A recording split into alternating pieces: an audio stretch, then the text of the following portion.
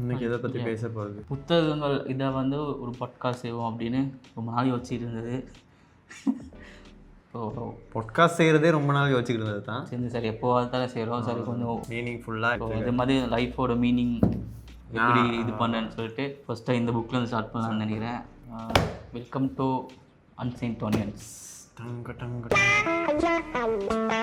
இது வந்து விக்டர் ஃப்ராங்கல் அப்படின்னு ஒரு சைக்காட்ரிஸ்ட் ப்ளஸ் நியூரலிஸ்ட் எழுதுனது. இவர் வந்து லைஃப் த பர்பஸ், இப்போ இந்த டைமில் ரொம்ப அந்த டிப்ரெஷன் அது இதுன்னு சொல்லுவாங்க, ரொம்ப ஸ்ட்ரெஸ் ஆகுதுங்கிறாங்க, வாழ்க்கை வெறுமையாக இருக்குது. ஸ்ட்ரெஸ்ஸே ஆகாத நீங்கள் இதை பார்த்து படிச்சுட்டு வாழ்க்கை இவ்வளோ கஷ்டமாக இருக்குன்னு உணர்ந்துட்டு அதை பற்றி பேசிடுவீங்க.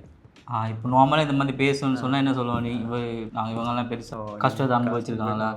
இவர் அப்படி இல்லை, இவர் அனுபவிச்சிருக்காரு. எங்கே அனுபவிச்சிருக்காருன்னா ஹிட்லரோட இந்த வதை முகாம்னு சொல்லுவோம், கான்சன்ட்ரேஷன் கேம்ப்னு, அதில் வந்து இவர் இருந்திருக்காரு. அதில் இவர் அரெஸ்ட் பண்ணி இவர் ஒரு கைதியாக கூப்பிட்டு போயிருக்காங்க. வாழ்வா சாவா தெரியாத ஒரு இடத்துல வாழ்ந்துருக்காரு. ரொம்பவே கொடுமைகளை அனுபவிச்சு இவர் ஒரு சைக்காரிஸ்டாக இருந்ததுனால இப்போ அங்கே கொடுமையில அனுபவிச்சு மனுஷங்களோட மனநிலை எப்படி இருக்கு அதை ஆய்வுக்கு உட்படுத்தி அதுலேருந்து லோகோ தெரப்பின்னு சொல்லிட்டு மென்டல் ஹெல்த்தை கியூர் பண்ணுறதுக்காக அந்த கவுன்சிலிங்கோட பேர் வந்து லோகோ தெரப்பி. இதில் மெயின் என்னதுன்னா வந்து எவ்வளோ கஷ்டத்தில் அப்படி இருந்தாலுமே வந்து லைஃப்பில் மீனிங்னு ஒன்று இருந்துச்சு அப்படின்னா மீனிங்கை நாங்கள் நாங்கள் அந்த மீனிங்கை புரிஞ்சிடும் அப்படின்னா நம்மளால் நோக்கி ஓடணும். ஃப்ராய்ட் சொல்கிறாரு வந்து மனுஷனுக்கு ப்ளெஷர் இருந்தால் அவனால் மனுஷனுக்கு ப்ளெஷர் தான் தேவை. ஹாப்பி ப்ளெஷராக தான் இருக்கு, ப்ளெஷர் இல்லை, இன்பம் தான் அவன் இருத்தல. ஆமாம் ஆமாம். இவர் சொல்கிறாரு மீனிங் ஒரு அர்த்தத்தை உருவாக்கிக்கிறது தான் இருத்தலியலோட ஒன்று வாழ வைக்கிறது. அதுதான் முதல்ல இவர் என்ன மாதிரி சூழ்நிலையில் வாழ்ந்தார், எப்படி உள்ளுக்கு போனார் அதுக்கு. இவர் ஃபஸ்ட்டு ஒரு ஆய்வு நூல் ஒன்று எழுதிட்டு இருந்த டைமில் அரெஸ்ட் பண்ணி அங்கே எப்படின்னா வந்து யூதர்களை வந்து யூதர்களை அழிக்கிறது தானே ஹிட்லரோட இது. இப்போ அங்கே இருக்கிறது இந்த ரொம்ப கொடுமையான முகாம் அப்படின்னா வந்து ஆஸ்விட்ஸ் முகாம்னு சொல்லி சொல்லுவாங்க.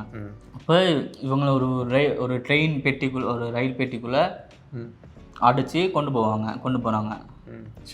ஆமாம், இவங்களுக்கு தெரியல எங்கே நாங்கள் சாகத்தான் போகிறோன்னு தெரியுது, நாங்கள் எங்கே போகிறோம் அதெல்லாம் தெரியல, நாங்கள் அங்கே இருக்கக்கூடாதுன்னு மட்டும் நினச்சிக்கிறாங்க. ஆனால் ஒரு டைம் அங்கேயும் போவார், அங்கேயும் கொண்டு போனாங்க நினச்சிக்கிறாங்க. கடைசியில் கொண்டு போவாங்களே எல்லாத்தையும்.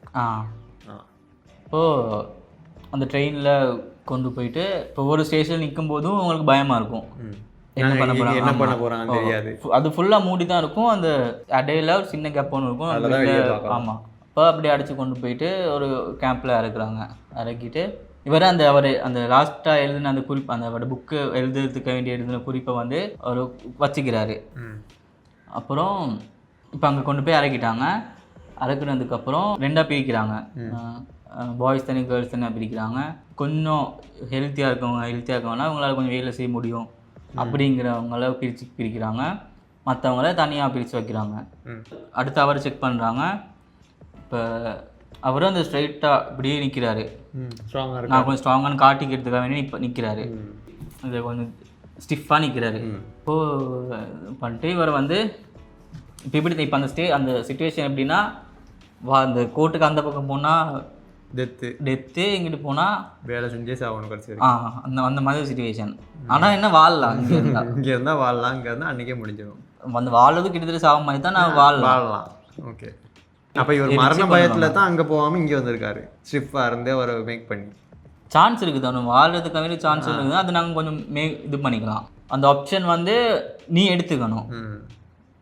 லைஃப் வந்து உனக்கு இந்த மாதிரி சிச்சுவேஷனை க்ரியேட் பண்ணும், அதுக்கு ஆப்ஷனை நீ இது பண்ணிக்கணும். அப்போது இங்கேருந்து இவர் இந்த வேலை செய்கிற இதுங்களுக்கு கூட்டம் அனுப்பிடுவாங்க. அங்கே ஒரு 10 ரூமில் ஒரு 1500 பேரை போட்டு எப்படி இருக்கும், ஸோ 150 பேரை போட்டு அடித்து வச்சு அப்படி ஆமாம் பனி, அங்கே பனி தானே. இப்போ அங்கே அவங்களோட மலமெல்லாம் வந்து அங்கங்கே கிடக்கும், கொட்டிக்கிட்டு அதெல்லாம் இருக்கும். இவங்களுக்கு மேலே இருக்கவங்க தட்டுத்தட்டானுங்க அது அப்படி இருக்கும். அப்போ அங்கே போனதுக்கப்புறம் எல்லாம் ட்ரெஸ்லாம் கழட்ட சொல்கிறாங்க.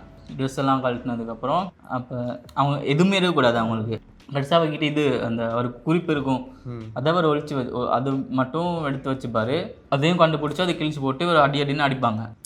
லைஃப் யோசிக்கும் போதே கொஞ்சம் டெரரா தான் இருக்குது. சம்மந்தமே இல்லாத ஆட்களுக்கு முன்னாடி நேக்கடா நின்று ஒன்று செய்யறது எல்லாருமே அப்படிதான் இருக்காங்க. இப்போ அந்த அந்த இவங்களும் கூட இவங்களோட ஆட்கள் தான்.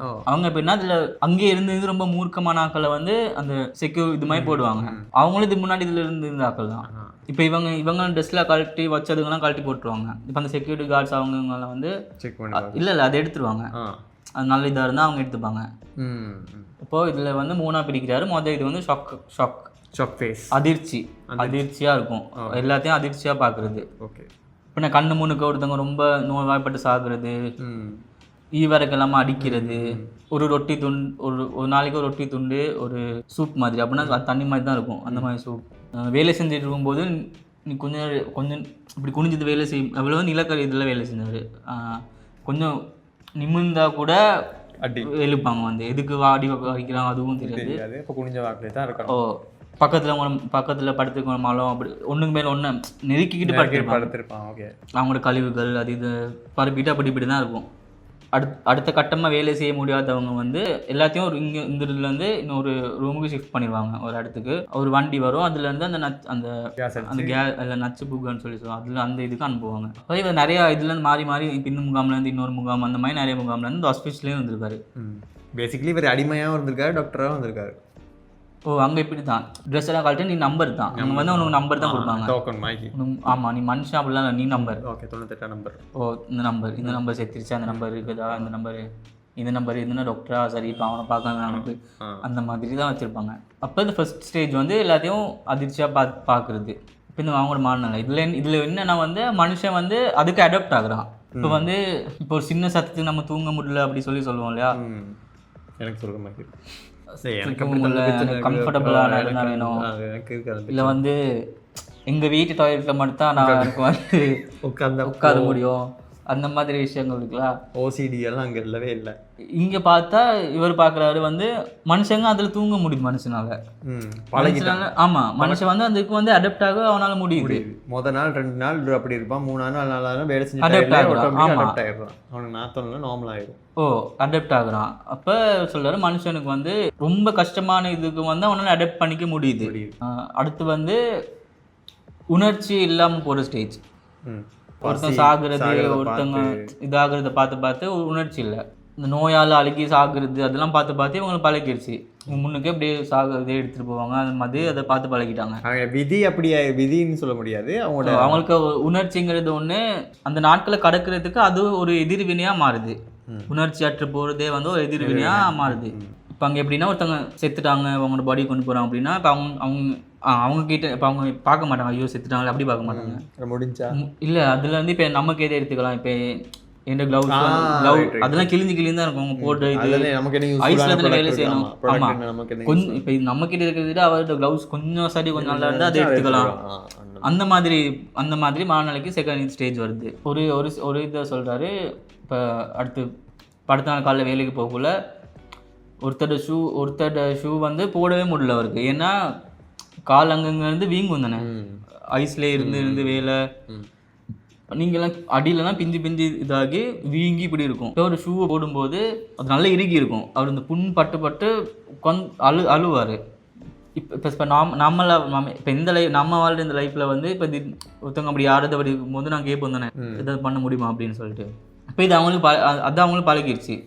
அது கலகிட்டு இருந்தால் அப்படியே கடந்து போயிடுவாங்க. அது இவங்களுக்கு எஃபெக்ட் ஆகாது. இந்த நாள் இப்படி ஒருத்தன் இடத்துக்கு இருப்பான், அந்த மாதிரி தான். அப்படி அது ஒரு எதிர்வினையாக யூஸ் பண்ணுறாங்க. இப்போ அதே இடத்துல வந்து சிலவங்களுக்கு கனவு வரும் நல்லா சாப்பிட்ற மாதிரி. அது வந்து அவங்க இன்னும் கொஞ்சம் டிப்ரெஸ்டில் கொண்டு போகும். அதுவே வந்து அவங்க சாவுக்கு போயிடும். அதே ஒரு நோயாக வந்து இதாகிடும். அப்போ அவங்க வீக் ஆகிடுவாங்க, அவங்கள கொண்டு அனுப்பிடுவாங்க. வீக் ஆகிடுவாங்க.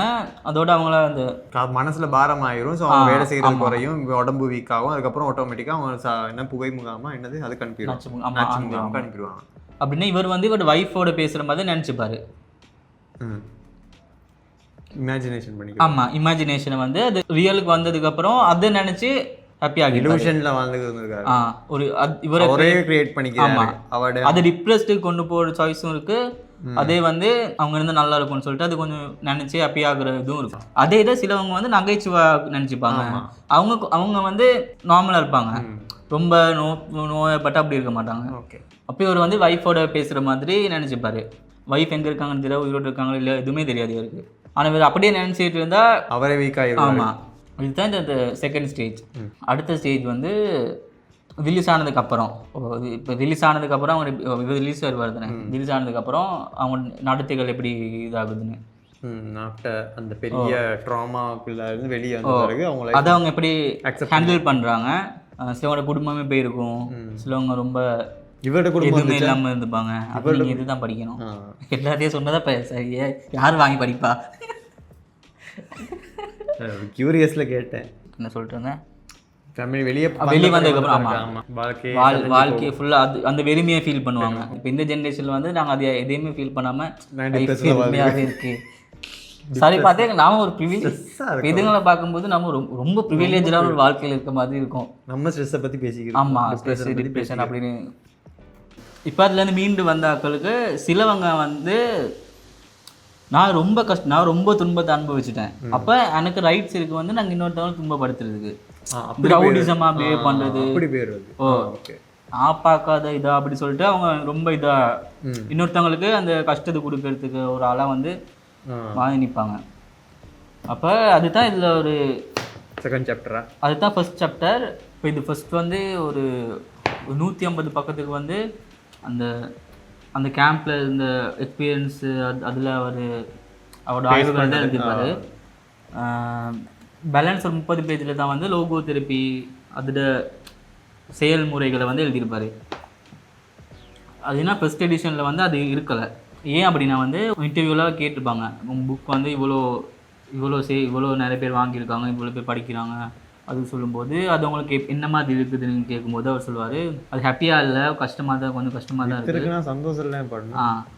ஏன்னா இது பேசுறது வந்து இப்போ நம்மள இந்த இருத்தல்ல இருக்க வெறுமை வந்து மனுஷங்க அது கூட ஃபேஸ் பண்ணுறாங்க, அது அப்போ அவங்களுக்கு யூஸ்ஃபுல்லாக இருக்குதுன்னு சொல்லிட்டு லாஸ்ட்டாக அவர் அந்த லோகோ தெரப்பியோட செயல்முறை எழுதுறாரு. ஆமாம், மென்டல் ஹெல்த்துக்கான அவர் க்யூர் பண்ணுறதுக்கு வேண்டி அவர் க்ரியேட் பண்ண ஒரு அந்த பேஷண்ட் வந்து எதை கேட்க விருப்பம் இல்லையோ அதை சொல்லணும்னு சொல்கிறாரு. ஆமாம், அது இப்போ நீங்கள் வந்து ஒரு உனக்கு ஒரு துன்பம் ஆகிடுச்சுன்னா அதை நீங்கள் அக்செப்ட் பண்ணணும், அது மூலமாக உனக்கு என்ன மீனிங் இருக்குதுன்னு பார்க்கணும். துன்பம் வந்துருச்சேன்னு டிப்ரெஷனாக இருந்திருக்கூடாது. ஒரு கட்டத்துக்கு மேலே நீ இன்னுமே அந்த சின்ன சின்ன விஷயத்த நினச்சி சோகப்பட்டு இருந்தனா அது அவங்க பிரச்சனைன்ற மாதிரி இருக்கு. சின்ன ஒரு போகிற வரல எதுவும் பஸ் பிரேக் டவுன் ஆனால் எனக்கு நல்ல நேரம் இல்லை அப்படின்னு யோசிக்கிறவங்க இருக்காங்க. அதே நேரம் நடந்துருச்சு, அடுத்த என்ன ட்ரெயில் ஒன்று பிடிச்சி போவோம், இல்லை நடந்து போவோம். அது இப்படி சொல்ல வர வந்து நான் என்ன சொல்ல வரேன்னா 2 சாய்ஸ் தான் அவங்க கண் முன்னுக்கு இருக்குது. எல்லாரும் கஷ்டம் வரும், அதுதான் உண்மை. ஆனால் ஒரு கட்டத்துக்கு மேலே வந்து ஒரு கட்டத்துக்கு மேலேயுமே நடக்கிற சின்ன சின்ன விஷயத்தையும் கெட்ட நேரம் எனக்கு வாழ்க்கை நல்லான்னு யோசிக்கிறது ஒன்றை மிஸ்டேக். ஒன்றை சாய்ஸ் தான். நீ சோகமாக இருக்கிறதும் ஒன்றை சாய்ஸ் தான், அதில் சொல்யூஷன் தேடி நெக்ஸ்ட் ஸ்டெப்புக்கு போகிறதும் ஒன்று சாய்ஸ் தான். என்னென்ன எக்ஸ்பெக்டேஷன் இப்போ இருக்கவங்களுக்கு எக்ஸ்பெக்டேஷன் லைஃப் ஸ்மூத்தாகவே இருக்கணும், எல்லாமே கைக்கே கிடக்கணுன்ற எக்ஸ்பெக்டேஷன் தான் பிரச்சனை. அவங்களுக்கு அந்த ஒரு கெட்டதில் ஒரு பேட் எக்ஸ்பீரியன்ஸை அதுவும் ஒரு எக்ஸ்பீரியன்ஸ்னு உணர்றதுக்கே அவங்களால முடியலை.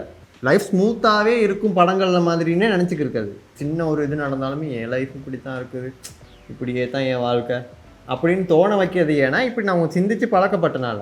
இப்போ அதுதான் இப்போ என்ன சொல்லுவாங்க அப்படின்னா, இதோட பேஷண்ட் ஒருத்தர் வந்து அவர் தற்கொலை இதுக்கெல்லாம் போயிட்டு தற்கொலை நம்மலாம் இது பண்ணிட்டு இவர்கிட்ட வந்திருக்காங்க. ஏன்னா வந்து அவரோட ஒய்ஃப் வந்து இறந்து போயிட்டாங்க. இவரால் அது வந்து ஏற்றுக்க முடியலை. இவரால் இப்போ அங்கே தனியாக வாழ முடியலை, இவரால் லைஃப் இல்லாமல் வாழ முடியலை. அவங்களோட இன்மை வந்து இவருக்கு ரொம்ப பர்பஸே இல்லாமல் அவரோட அது அர்த்தமே இல்லாமல் போயிடுச்சு. அவரோட லைஃப் அவங்க இல்லைங்கிறது வந்து லைஃபுக்கு அர்த்தம் போயிடுச்சு. இவர்கிட்ட போது இவர் என்ன இவரோட ஸ்டோரி இதெல்லாம் கேட்டு இப்போ சொல்லுவார் வந்து இப்போ உங்களுக்கு வந்து லைஃப் வெறுமையாக இருக்குது, அதனால உங்கள் லைஃப்பை கொண்டு போக ரொம்ப கஷ்டமாக இருக்குது. ஃபர்ஸ்ட் வந்து ஒய்ஃப் இறந்துட்டாங்க, அதை அக்செப்ட் பண்ணிக்கணும். நீங்கள் இப்படி வச்சு பாருங்கள், ஒய்ஃப் உயிரோடு இருந்து நீங்கள் வந்து இறந்து போயிருந்தீங்க அப்படின்னா அந்த பெயினை ஒய்ஃபால் அவங்க அதை எப்படி எடுத்துப்பாங்க, அவங்களால அந்த ஸ்ட்ரகிளை இது பண்ணிக்க முடியுமா சொல்ல, அது அந்த மேனெலாம் அவங்களுக்கு எப்படி இருக்கும்னு கேட்கும்போது அவர் சொல்லுவார், அது ரொம்ப அவங்களுக்கு கஷ்டமாக இருக்கும், அவங்களால இதை வந்து அக்செப்ட் பண்ணிக்க முடியாது, சர்வை பண்ண ரொம்ப கஷ்டப்படுவாங்க அப்படியே சொல்லுவார். இப்போ டாக்டர் சொல்கிறாரு அதே வந்து அந்த லைஃபும் மீனிங் எடுத்துக்கோங்க, அந்த பெயினை அவங்க தாங்கக்கூடாது, அதனால அதை நீங்கள் வந்திருக்கு. ஆமாம், உங்களால் தாங்க முடியும்னால தான் அது உங்களுக்கு வந்திருக்கு. ஆமாம் அப்படின்னு நினச்சிக்கிறேன். அப்புறம் உங்களால் அந்த பெயினை கடக்க முடியும். ஆமாம், அது வந்து மீனிங்கை தான் கண்டுபிடிக்க சொல்கிறாங்க. இப்போ லைஃப்ல மீனிங் இவர் என்ன சொல்கிறாங்க அப்படின்னா வந்து நீ பொதுவாகவே ஒரு கோல் இருக்காது அப்படின்னு தேவையில்லை, ஒன்று பொதுவாக ஒரு கோல்னு அப்படி இல்லை. லைஃப்பை செகண்ட் சான்ஸாக இப்போ நாளைக்கு நீ எழுமினா அது ஒரு செகண்ட் சான்ஸ், இன்னைக்கு ஒரு மீனிங் இருக்கும், அந்த மீனிங் மாறிக்கிட்டே இருக்கும். அது நம்ம தான் அது வந்து கண்டுபிடிச்சி பார்க்கணும். ஆமாம், இப்போ இந்த அப்சர்டிசம் அப்படின்னு இருக்கு, இந்த கேமியூ சொல்லுவாங்க, லைஃப் வந்து மீனிங்லெஸ், லைஃப் மீனிங்கே இல்லை, நீ இருக்கியா இல்லையானே இந்த யூனிவர்ஸ் கவலைப்படாது, நீ செத்து தான் போயிடுவ, நீ கஷ்டப்படுறா நீ கஷ்டத்தை அது நீ கஷ்டப்படுறியோ இல்ல நல்லா இருக்கியோ அது மீனிங். அது ஒரு தியரி தானே, அது ஒரு வகையில உண்மை தான். நீ என்னத்த கடமை இந்த லைஃப் யூனிவர்ஸ்க்குலாம் தேவை இது கிடையாது. இவர் சொல்றாரு வந்து ஆமா, இவர் சொல்றாரு வந்து இந்த ஊபர் பைக்ல ஏறும்போது வீட்டுக்கு போறதுக்கு வந்து எவ்வளவு மரண பயத்துல டெய்லி போயிட்டு இறங்குறோன்றது வந்து இப்ப அப்படி இப்ப நாங்க ஊபர்ல இப்ப நாங்க யூஸ் நல்லா ஓட்டினா சந்தோஷம், நல்லா அந்த கொஞ்சம் அந்த ஊபர்ல வீட்டுக்கு போய் சேர ஒரு 15-20 நிமிஷத்தை வந்து சம்பந்தமே இல்லாத ஒரு கையில எங்க லைஃபை கொடுத்துறோம். அதுல என் பர்பஸ் என்னன்னா அந்த வாங்கின மரக்கறியை வீட்டுல போயிட்டு கொடுக்குறது. அதுதான் ரைட், அந்த மாதிரி தான், அதுதான் அப்படிதான் மீனிங் இருக்கும். அது இப்போ நீங்கள் அதெல்லாம் அதுதான் நம்ம ரியலைஸ் பண்ணிக்கணும். இப்படி அந்த அந்த ரொம்ப நாங்கள் டிப்ரெஸ்டாக இருக்கோம் அப்படின்னா இந்த இது வந்து யூஸ் டிப்ரெஷன் டெர்மினாலஜி வந்து இந்த ஜெனரேஷனுக்கு எங்கேருந்து வந்துருக்கு? டிப்ரெஷன் அந்த டேர்ம் வந்து இப்போ ஆரம்ப காலத்துல நமக்கு அப்படின்னு தெரியல, ஸ்கூல் படிக்கவே தெரியாது. இப்போ 10ஆம் ஆண்டு 8ஆம் ஆண்டு ஆக்களை கேட்டாலுமே அவங்க டிப்ரெஸ்ஸாக இருக்குன்னு தான் சொல்றாங்க. 2016-17 அந்த இதுல எனக்கெல்லாம் அப்போ தான் இது பழகும் நான் நினச்சி நான் டிப்ரெஷன் தான் இருக்கேன் நான் நினச்சிட்டு இருந்தேன்.